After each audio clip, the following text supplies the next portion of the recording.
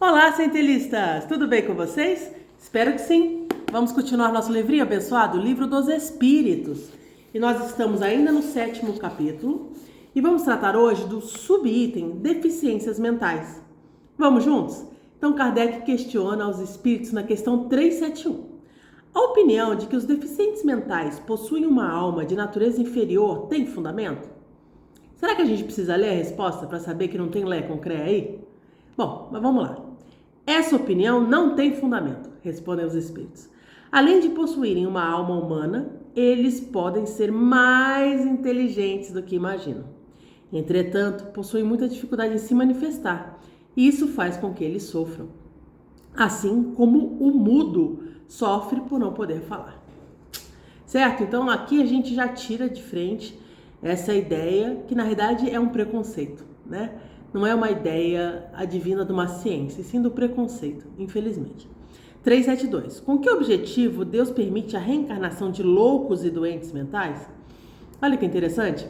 E aí os espíritos respondem: os espíritos que habitam o corpo de doentes mentais são aqueles que estão expiando erros cometidos em existências anteriores. Esses espíritos sofrem pelo constrangimento a que estão sujeitos e pela dificuldade que encontram em se manifestar por meio de órgãos não desenvolvidos ou defeituosos. Então, tudo tem uma razão justa de ser. É lógico que não é porque nós vamos ter esse conhecimento que então vamos ter uma visão como, entre aspas, então os doentes mentais são pecadores, né? São errados, então estão sofrendo, é isso mesmo, estão espiando. Não, né? Nós temos que ter, acima de tudo, compaixão. E é nosso dever facilitar e auxiliá-los naquilo que for possível na encarnação para ajudá-los a passar por essa encarnação difícil, né? Você imagine uma encarnação. Não precisamos nem ir para a questão da doença mental. Pense nas coisas simples, né? Nós que temos a capacidade dos órgãos de uma forma perfeita. Imagine-se a partir de agora sem enxergar. Imagine-se a partir de agora sem poder caminhar, sem uma mão, sem conseguir se comunicar, sem conseguir ouvir. Não é fácil. Agora imagine ser portador de uma doença mental que muitas vezes o impossibilita do mínimo, de uma higiene, de um relacionamento, de uma vida em sociedade, de uma comunicação básica. Então sim, é uma expiação, mas nós devemos ter compaixão, amor. Não foi Jesus que disse isso? Que toda vez que a gente faz pelo enfermo, é como se nós fizéssemos por nós. E outra coisa, nós não somos santos. Estamos todos na mesma sala de aula, na Terra, na mesma turma, expiação e prova. Podemos não estar hoje na mesma situação, mas não somos melhores que os outros por isso. E precisamos observar se temos a possibilidade de auxiliar sempre, porque o que nos ensina a doutrina, fora da caridade, não há salvação. Muito bem. 372A. Nesse caso, os órgãos têm influência sobre as faculdades? Respondem os espíritos. Nunca dissemos que os órgãos não tinham influência sobre as faculdades. Eles possuem uma influência muito grande sobre a manifestação das faculdades. Porém, não são os órgãos que produzem as faculdades. Aí está a diferença. Um bom músico com um instrumento ruim não produzirá boa música, mas isso não impede de ser bom músico, né? Muito bem. Vamos lá. 373. Qual pode ser o mérito da existência dos deficientes mentais e dos loucos que, não podendo fazer o bem nem o mal, não podem progredir? Respondem os espíritos. Esses espíritos reencarnam compulsoriamente para corrigir o uso indevido que fizeram de certas faculdades em existências anteriores. Trata-se de uma pausa temporária. Então tudo bem, né? Tem uma função útil. A gente não pode esquecer os atributos da divindade.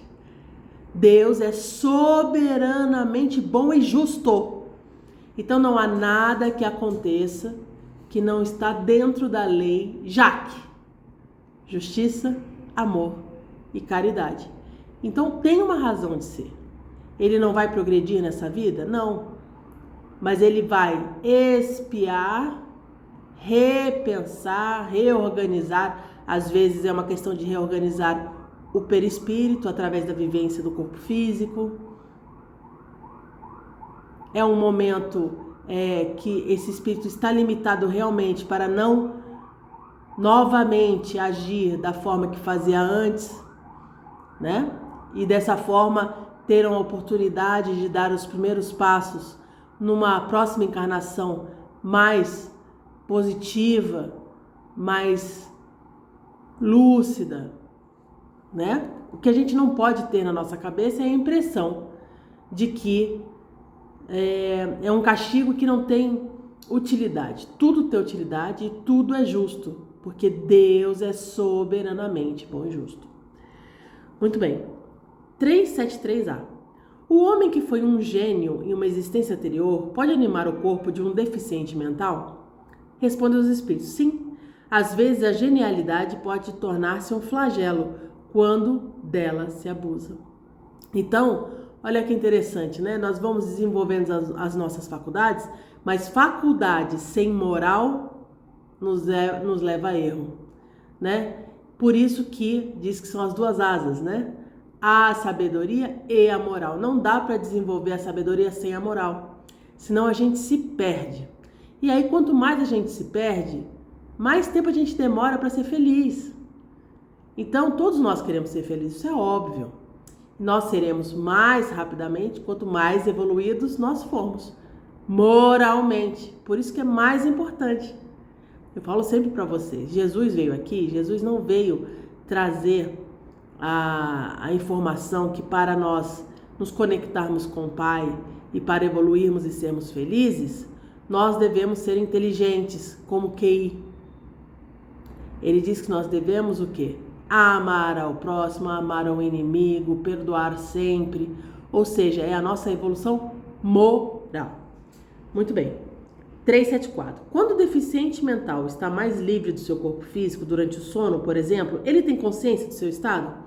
Respondem os espíritos: sim, frequentemente. Ele compreende que as restrições do corpo físico que o impedem de uma manifestação normal constituem para ele uma prova e expiação. Né? Às vezes a gente tem a impressão, nossa, mas essa criança ou esse adulto não tem consciência de nada. Pode não nos parecer que tenha, né? Enquanto está aqui, vamos dizer assim, em estado de vigília, né? Quando nós estamos acordados. Mas aqui estão dizendo os espíritos que sim, quando ele está no sono, né? O corpo não está mais adstrito, o espírito não está mais adstrito àquele corpo, né? Muitas vezes limitado. 375. Qual é a situação do espírito na loucura? Responde os espíritos. O espírito, quando está desencarnado, recebe diretamente suas impressões e exerce de forma direta sua ação sobre a matéria. Entretanto, quando está encarnado, somente através dos órgãos ele pode exercer suas manifestações. Se uma parte ou em conjunto desses órgãos for alterado, sua ação ou suas impressões no que diz respeito a esses órgãos são interrompidos. Se ele perde os olhos, torna-se cego. Se perde o ouvido, fica surdo e assim por diante. Se o cérebro, que é o órgão que dirige as manifestações da inteligência e vontade, ficar parcial ou totalmente comprometido, é fácil compreender que o espírito, dispondo apenas de órgãos incompletos ou alterados para se manifestar, entre no estado de perturbação. Assim, por si mesmo e no seu foro íntimo, ele tem perfeita consciência de seu estado, mas não dispõe de meios para modificar sua situação. É a mesma coisa, né? Não é o espírito que determina o corpo? Então ele está dizendo isso. Se o espírito determina o corpo, quando aqui encarnado, precisa dos órgãos. Nós não falamos isso? Então, para encarnado, precisa enxergar através dos olhos, né? Precisa ouvir através dos ouvidos. Ele está dizendo a mesma coisa. Para funcionar no corpo físico, precisa de um cérebro que esteja perfeito.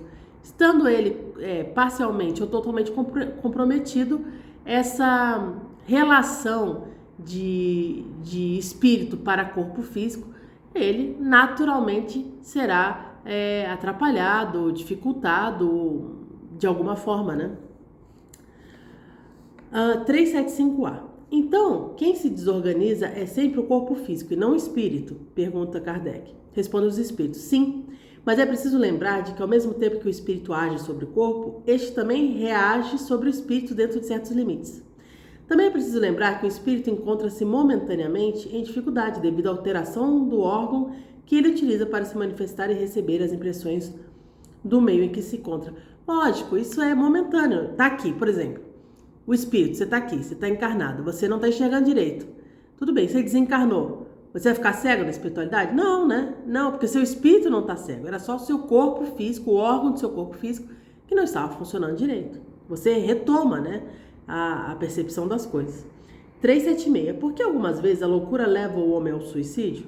Responde os espíritos. O espírito sofre com o constrangimento a que está submetido e com a impossibilidade de se manifestar livremente. Assim, procura na morte um meio de se libertar de um corpo físico deficiente. De certa forma, ele tem essa percepção, né?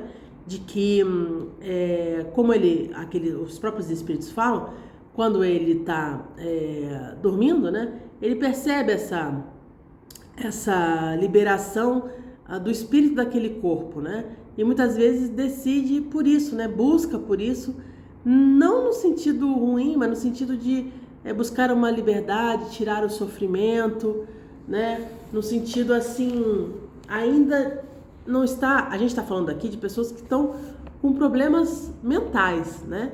Então nós temos que ter compaixão, entender que essas escolhas não são escolhas tomadas por uma pessoa que está na capacidade plena de conhecimento, de percepção, de interação com o mundo, né? E nós, naturalmente, temos a tendência a fugir de tudo aquilo que nos causa dor, né? E com eles não é diferente, né? 377. Após a morte, o espírito de um doente mental se ressente pela desorganização de suas faculdades? Respondem os espíritos. O espírito pode se ressentir por algum tempo, até que esteja completamente desligado do corpo físico, assim como o homem, ao acordar, se ressente por algum tempo da perturbação do sono. Então, assim, desencarnou, tá automaticamente normalizado? Não, às vezes ele leva um tempo, né, para perceber que ele não está mais no corpo, que aqueles órgãos que o impediam no caso, né, aqui especificamente mental, o cérebro, ele não está usando mais o cérebro do corpo físico, que era limitado, né, que a gente já aprendeu que o perispírito não tem esses órgãos, não precisa, né, porque ele está espelhando o próprio espírito.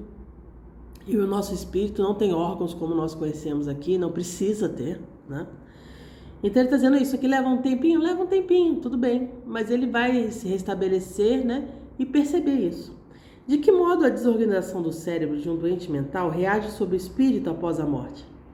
A desorganização cerebral reage sobre o espírito como uma espécie de lembrança, como um peso que lhe oprime. Desse modo, como ele não tem a compreensão de tudo que se passou durante a sua loucura, precisará sempre de um tempo para recobrar a plena lucidez.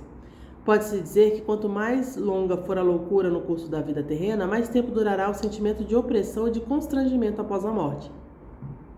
O espírito, mesmo desligado do corpo físico, se ressente por algum tempo da impressão que o corpo deficiente lhe causava, né? Então, lógico, naturalmente, a gente vai levar um tempinho? Vai levar um tempinho, mas esse tempo é infinitamente menor, né?